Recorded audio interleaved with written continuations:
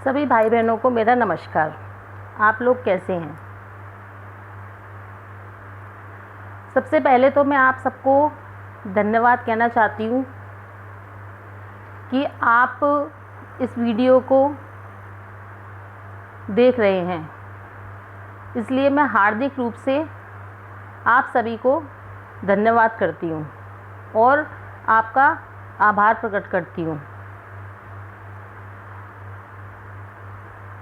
मुझे जो भी कुछ प्रेरणा मिली आध्यात्म में बोलने की, ये कुछ अंदर से ही एक आवाज़ आई। जिस समय लॉकडाउन चल रहा था तो मेरे अंदर से ये आवाज़ आई कि हमें कुछ ऐसा करना चाहिए जिससे कि हमारा मन शांत हो। तो प्रभु परमात्मा की कृपा से और सद्गुरुदेव महाराज के चरण कमलों की कृपा से जो भी कुछ मैंने बोलने में बोल पाई, मुझे नहीं पता वो कैसा रहा, कैसा था, कितना आप लोग मुझे पसंद कर रहे हैं, कितना मेरे विचारों को आप पसंद कर रहे हैं। तो इसलिए आप मुझे कमेंट भी करिए, जिससे मुझे पता रहे कि मैं कहाँ कमी कर रही हूँ, जिससे मैं उसको दूर करने की पूरी कोशिश करूँगी। और आप अपना सहयोग, अपना साथ इसी तरह मुझे देते रहें। इसी बात को आगे बढ़ाते हुए मैं ये कहूँगी कि जितने भी महापुरुष हुए हैं, संत कबीरदास, तुलसीदास जी महाराज, मीराबाई, सहजोबाई जी, इन्होंने सद्गुरु के माध्यम से ही प्रभु को प्राप्त किया है। तो बिना सद्गुरु के हमें प्रभु की प्राप्ति नहीं हो सकती। आप वेद और शास्त्रों को उठाकर देख लीजिए। वेद और शास्त्रों में सद्गुरु और सत्संग की कितनी बड़ी महिमा है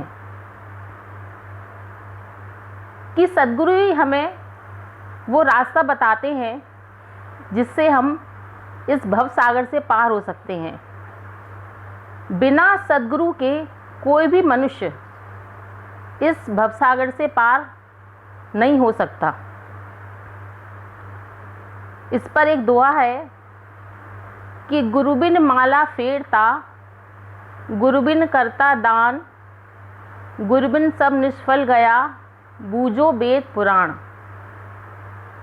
कि सद्गुरु की प्राप्ति के बगैर हम माला फेरें, जप तप तीर्थ व्रत जो भी कुछ करते हैं वह सब निष्फल हो जाता है, उसका हमें फल प्राप्त नहीं होता। ऐसा वेद पुराणों में लिखा है।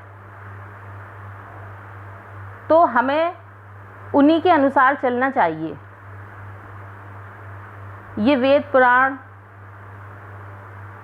हमारे लिए जो हमारे लिए एक प्रेरणा दे रहे हैं, उसमें जो कुछ लिखा है वो हमें प्रेरणा देता है कि हम इस आवागमन की जो प्रक्रिया है, जन्म और मृत्यु का जो बंधन है, उससे कैसे छूटें। तो उसमें सद्गुरु की महिमा का वर्णन किया गया है। वैसे तो तंत्र मंत्र देने वाले बहुत सारे गुरु होते हैं, लेकिन जो तंत्र मंत्र वगैरह ये देते हैं,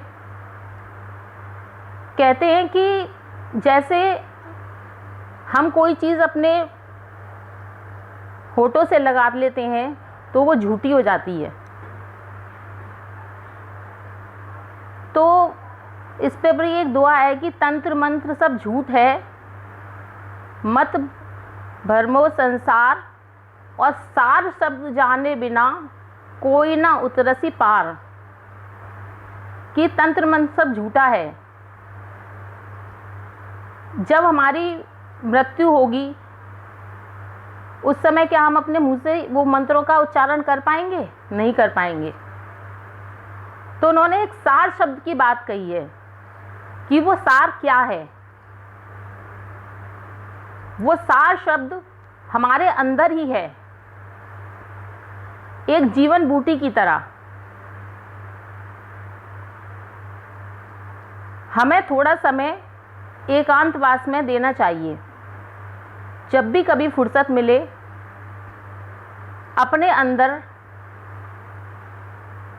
अंदर एक अनुभव करो कि हमें कौन सी शक्ति है जो चला रही है। इस समय कौन सी शक्ति है जो मुझे बोलने के लिए प्रेरित कर रही है। मैं बोल पा रही हूँ और आप सुन रहे हैं, तो अंदर एक कोई ना कोई शक्ति है जिसका हमें अनुभव करना है। तो वो सार शब्द क्या है? वो शब्द हर प्राणी के अंदर है। ऐसा नहीं कि वो मेरे अंदर है या आपके अंदर है या किसी विशेष व्यक्ति के अंदर है। वो सार शब्द सभी प्राणियों के अंदर है, लेकिन उस पर ताला लगा हुआ है। वो ताला कब खुलेगा? जब सद्गुरु की हमें प्राप्ति होगी। सद्गुरु के माध्यम से वह ताला खुलता है और वो शब्द जो हमारे अंदर चल रहा है, जो ईश्वर का शब्द है, जिसमें ईश्वर का जाप है, जिसमें ईश्वर का नाम है, तो वो शब्द हमें सद्गुरु के द्वारा ही प्राप्त होगा। तो हमें ऐसे महापुरुष, ऐसे तत्वदर्शी गुरु की खोज करनी चाहिए कि जो हमें आत्मज्ञान दें, बाहरी ज्ञान नहीं। क्योंकि भक्ति स्वतंत्र होती है। भक्ति में कोई बंधन नहीं होता। भक्ति वो है जहाँ हम बैठे हैं, जिस अवस्था में हैं, हम उसे कर सकते हैं। तो जो हमारे अंदर शब्द चल रहा है, जो हमारे अंदर एक प्रभु का नाम हर समय चलता रहता है, हम किसी भी अवस्था में हों, कुछ भी काम कर रहे हों, जहाँ तक कि हम सो भी रहे हों तो भी वो चल रहा है। तो वो क्या है? तो ये हमें सद्गुरु के माध्यम से प्राप्त होता है। ऐसे बहुत से महापुरुष, ज्ञानी महापुरुष, आत्मज्ञानी महापुरुष आज भी इस समय भी हैं जो हमें ये ज्ञान देते हैं। मैं तो यही कहूँगी कि अपने जीवन के लक्ष्य को पाने के लिए हमें ऐसे सद्गुरु की खोज करनी चाहिए जो हमें मुक्ति का रास्ता बताते हैं, मुक्ति का मार्ग बताते हैं। नहीं तो फिर से हमें वही लख 84 योनि में जाना पड़ेगा। तो अब इस आवागमन के चक्कर से मुक्ति पाने के लिए हमें वो महापुरुष की खोज करनी चाहिए। श्री कृष्ण महाराज मक्खन खाते थे, तो उनका एक संदेश ये भी था कि दूध में दही जमाते हैं, दही से मक्खन बिलोते हैं, तो जो दूध का जो सार है वो मक्खन है। तो उन्होंने सार को ग्रहण किया और ये संदेश दिया सबको कि आप भी उस सार को ग्रहण करें।